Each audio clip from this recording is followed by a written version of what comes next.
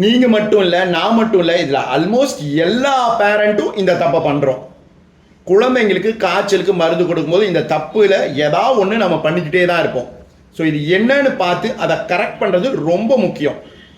First and foremost காய்ச்சலுக்கு மருந்து கொடுக்குறோம். பேராசிட்டமால் கொடுக்கும்பொழுது குழந்தை சாப்பிட்ட பிறகு மருந்து கொடுக்கலாம், இல்லாட்டி மருந்து புண்ணாக்கியும் வயிற அப்படிங்கிற ஒரு ஃபீலிங்கில் மருந்து கொடுக்காம வெயிட் பண்ணுவோம்.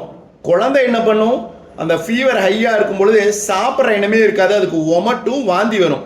ஸோ ஃபுட்டை ரெஃப்யூஸ் பண்ணும். ஸோ இந்த கேப்பில் சில குழந்தைங்களுக்கு ஃபிட்ஸ் கூட வந்திருக்கு.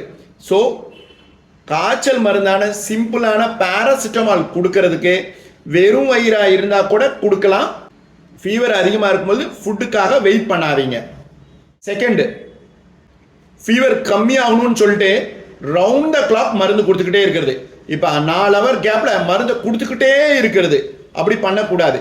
ஃபீவரை கம்மி பண்ணுறது நம்ம நோக்கம் இல்லை, ஃபீவருக்கான காரணத்தை சரிப்படுத்துறதும் குழந்தை டயர்ட் ஆகாமல் அதுலேருந்து இன்ஃபெக்ஷன்லேருந்து வெளிவர்றதும் தான் நம்ம நோக்கம். அதுக்கு மேலே ஃபீவருக்கு மருந்து கொடுத்துக்கிட்டே இருந்தோன்னு வைங்களேன், உள்ள நோய் எப்படி இருக்குது, அதனுடைய தீவிரம் என்ன ஆகுதுங்கிறது தெரியாமல் போயிடுவோம். 3வது, ஃபீவர் வந்துக்கிட்டே இருக்குதுன்னு வைங்களேன், 4 ஹவர்ஸ் கேப் இல்லை 6 ஹவர்ஸ் கேப்பில் தான் மருந்து கொடுக்க சொல்லியிருப்போம். ஆனால் அதுக்கு முன்னாடியே உடனடியாக டெம்பரேச்சரை கம்மி பண்ணணும்னு இந்த 2 தப்பை பண்ணுவோம்.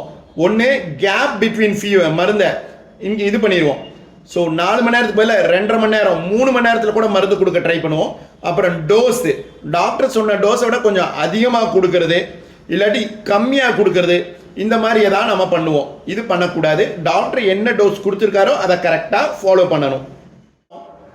இந்த தப்பு மட்டும் பண்ணவே கூடாது. ஃபீவரை கம்மி பண்ணுறதுக்காக 2-3 மருந்து காம்பினேஷனை அட் அ டைம் கொடுக்கறது.